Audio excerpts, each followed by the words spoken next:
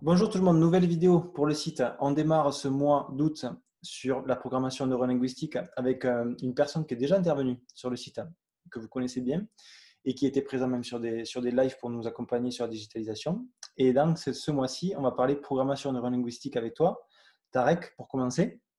Donc, est-ce que tu peux te représenter rapidement pour ceux qui ne te connaîtraient pas encore? Et ensuite, on rentrera dans le vif du sujet avec la réponse à quelques questions que j'ai pu te poser pour pouvoir aider tout le monde à découvrir ce sujet-là et ensuite approfondir dans l'enseignement du tennis. Ok, donc je m'appelle Tarek Francis, 52 ans, deux enfants, entrepreneur dans le secteur du sport, le tennis en particulier. Je gère trois structures sportives avec aujourd'hui une casquette et de directeur général et de directeur sportif. Je continue à enseigner. Là, je sors de 2 heures d'entraînement avec des filles qui jouent entre 0 et négatif. Voilà, en très résumé. Je ne l'ai pas dit, mais en Belgique, hein, pour ceux qui En sont. Belgique, tout à fait, à Bruxelles. Les gens le verront parce qu'il y aura le petit drapeau belge, mais oui, en Belgique, hein. Ça s'entend un peu. Un petit peu. Donc, du coup, aujourd'hui, on fait cette première interview ensemble sur programmation neurolinguistique. Donc, qu'est-ce que tu peux nous en dire pour ceux qui ne connaîtraient pas? Donc, première question, du coup, qu'est-ce que la PNL? Alors, si tu veux bien, Anthony, je ne vais pas me lancer dans des définitions qu'on Ouais. va pouvoir retrouver dans des livres ou des formations, vu qu'il y a des formations certifiantes, mais plutôt te partager un peu mon expérience avec la PNL, donc, qui signifie programmation neuro-linguistique, comment je l'ai rencontré, ce que ça m'a apporté, ce que ça continue à m'apporter, et ce que ça m'aide à apporter aux autres également. Oui, c'est parfait. Donc, dans mon parcours professionnel, j'ai quelques vies entrepreneuriales. J'ai rencontré la PNL assez tôt, donc je devais avoir 22-23 ans. Je suivais une formation post-universitaire en communication et gestion des ressources humaines, et il y avait un module qui s'appelait programmation neurolinguistique.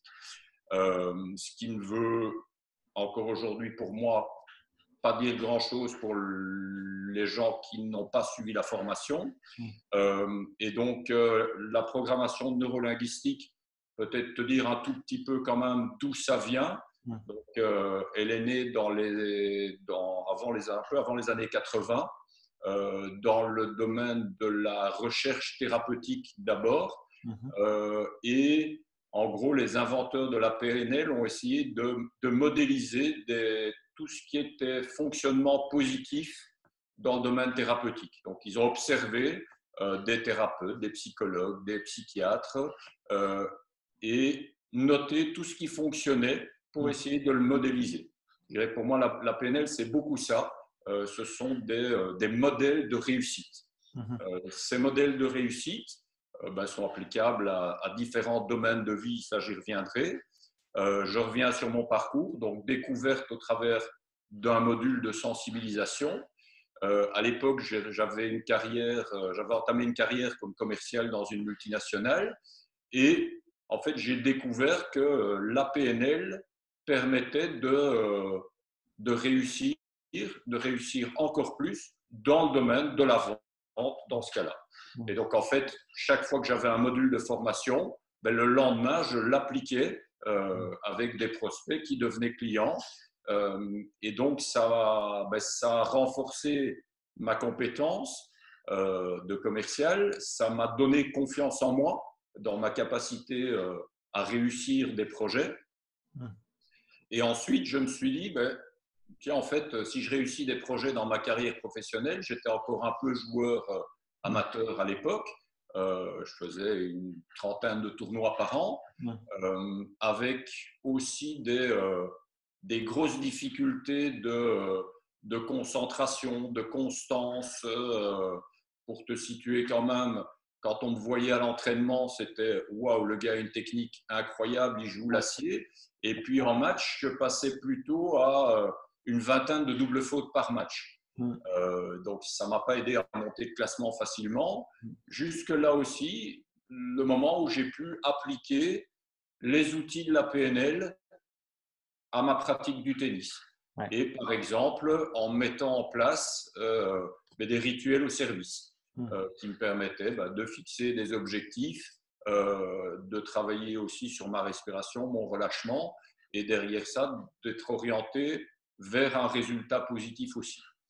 Donc voilà, ça a été… Quand tu parles de fixation d'objectifs, de respiration, tout ça, c'est des choses qui sont incluses dans la PNL? Alors, Parce qu'on l'entend souvent pour la préparation mentale, tu vois. Il y en a qui le font, ça. alors, la PNL, c'est une boîte à outils qui s'enrichit d'abord tout le temps. Il y a plein de gens qui font de la recherche. C'est aussi un modèle d'apprentissage. Et donc, oui, l'un des outils phares de la PNL, c'est la fixation d'objectifs. Alors, cette fixation d'objectifs, elle peut se faire au niveau macro. Moi, ça m'a aidé dans ma vie à me donner un sens. Pourquoi est-ce que je fais ce que je fais? Ça, c'est au niveau, on va dire, macro. Et puis derrière, quand je me lève le matin, à me fixer des objectifs micro, c'est qu'est-ce que je fais de ma journée et pourquoi je le fais. Et est-ce qu'on parle de méso aussi, entre les deux? Et on parle aussi de méso, bien sûr. Ok, parce que je sais que nous, en formation, les DE le savent, on parle sur la programmation de séances, surtout pour le côté entraînement. Hein. Après, les côtés enseignement, on le fait aussi, mais l'entraînement, c'est beaucoup plus, on en parle beaucoup plus sur le côté macro cycle, mésocycle, microcycle. Voilà. Ok, très bien. Ça fera un peu. Tout à fait. Donc, cette partie-là, la définition d'objectif, la définition de but dans la vie, ce sont deux socles importants dans la formation PNL. Ouais, ok. Et donc, derrière, si je poursuis le parcours, ça m'a aidé donc, à trouver ma voie, ça m'a aidé à mieux communiquer. Il y a aussi énormément d'outils qui sont des outils facilitant la communication. Et donc, tous les jours, j'utilise les outils de PNL dans le cadre de coaching, que ce soit sur un terrain de tennis, en dehors d'un terrain de tennis aussi. Tu parlais de préparation mentale, entraînement mental. Ce sont des termes que je n'aime pas tellement parce que je les trouve réducteurs. Moi, j'aime bien aujourd'hui essayer d'intégrer le plus possible le mental à la séance, qu'il soit associé et pas dissocié. Oui. Bien sûr, quand je travaille avec un joueur ou une joueuse sur son plan annuel, oui, là, on le fait en dehors du terrain. Mais dès que possible, j'associe le mental à ce qui se passe sur le terrain et il y a tous les outils dans la PNL pour pouvoir le faire. D'accord. Ok.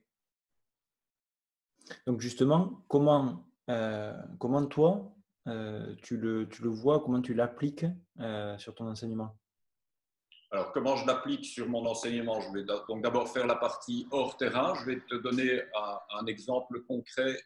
L'année passée, j'ai un coach qui travaille au club, qui s'occupe d'une joueuse qui est sur le circuit WTA. Et il a fait appel à moi pour redéfinir un peu le sens de sa carrière sportive, de pourquoi elle s'entraîne, pourquoi elle joue au tennis. Donc, on a fait un gros travail.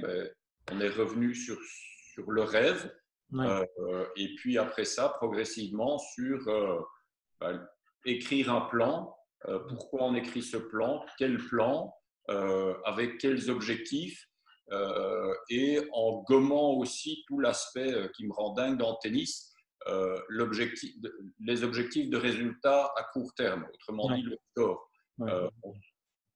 Ça, c'est vraiment quelque chose sur lequel je travaille beaucoup. C'est dissocier la formation du joueur des résultats qu'il obtient, qui ne sont, et c'est aussi une présupposition de la PNL, qui ne sont jamais que du feedback de leur apprentissage. Mais bien sûr. Ils doivent être dans le focus de leur apprentissage. Oui, bien sûr. C'est comme tu as un élève tu vas lui faire changer le geste en revers, par exemple. Il a un revers à deux mains, il veut passer à une main. Le mec, il joue en match, il débarre son match et il voit qu'il perd à 2 classements ou 3 classements en dessous. Qu'est-ce qu'il fait? Il va reprendre son ancien geste parce qu'il sait qu'avec ça, il va s'en sortir. Et il croit qu'en travaillant pendant des heures sur son nouveau revers et qu'en match, il va reprendre son vieux revers de merde, il va progresser. Sauf que oui, à l'instant T, il va gagner ce match sûrement parce qu'il joue contre quelqu'un qui est moins fort que lui. Il a son revers qui est moyen, mais pour lui, ça passe. Mais pas de vision de long terme à se dire, OK, si je ne change vraiment pas ce revers, je ne pourrais pas prendre 2-3 classements. Et après, on le voit. Et tu as des jeunes qui restent, ils stagnent. Oui, à leur classement, ils font que gagner. Oui, ils gagnent tous les tournois. Oui. Mais dans 3, 4, 5 ans, ils vont se faire doubler parce que par les personnes qui étaient à côté, qui se faisaient battre, travaillent sur quelque chose sur le long terme. Et ça, je pense que c'est compliqué pour les joueurs et même pour les enseignants. Donc, du coup, c'est très important d'en parler, de ne pas se fixer des objectifs, certes courts, parce que comme ça donne du sens, mais par contre, penser moyen et long terme. Voilà. Je vais en profiter pour repartir sur une autre présupposition dans la PNL, c'est qu'à partir du moment où quelqu'un sur cette terre a réalisé quelque chose, on est capable de le faire aussi. Ouais. Et toutes les ressources, elles sont en nous. Et donc, pourquoi je dis ça? Prenons les gros joueurs de tennis, le Big 3 aujourd'hui. Ouais. Tu prends Federer, Nadal, Djoko. C'est quoi la différence principale de ces joueurs par rapport aux autres? C'est leur capacité d'apprentissage, de remise en question pour progresser avec une vision sur le long terme. Mm-hmm. Et donc ça, pour moi, c'est ce qui fait, c'est du mental. On peut dire que c'est du mental. C'est ce qui fait la grosse différence. Et ça rejoint ce que tu disais. C'est être capable de se remettre en question constamment. C'est aussi une présupposition dans la PNL, être capable de se remettre en question. Et j'aime bien cette phrase qui dit si tu fais ce que tu as toujours fait, tu obtiendras toujours le même résultat. Et donc, si on veut obtenir un autre résultat, il faut faire différent. Et les outils PNL permettent à un coach d'aider un joueur à prendre conscience de cette phrase-là.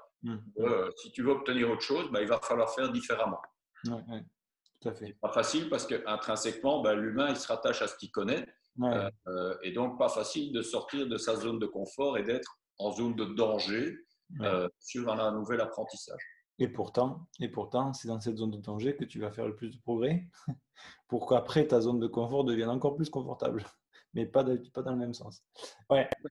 D'accord. Donc ça, je dirais, on a fait quelques digressions, mais c'est une partie plutôt hors terrain. Oui. Après, sur le terrain, j'applique la même logique que ce que je viens de raconter. Donc, il y a des objectifs de séance. Les objectifs de séance, alors ce qu'il y a dans le modèle de la PNL, c'est aussi un modèle de communication. C'est comment établir le rapport avec un individu, avec un joueur, d'une part. Et donc, quand on va définir les objectifs, c'est pas moi qui vais définir les objectifs. Je vais poser des questions aux joueurs. Parfois, je vais plutôt les guider, mais c'est eux qui vont amener leurs objectifs de la séance. Ouais. Et donc ça, il y a aussi en PNL beaucoup d'outils très puissants pour d'une part établir le rapport. Donc établir le rapport, c'est créer un environnement, une atmosphère qui favorise la communication dans les deux sens. Ouais.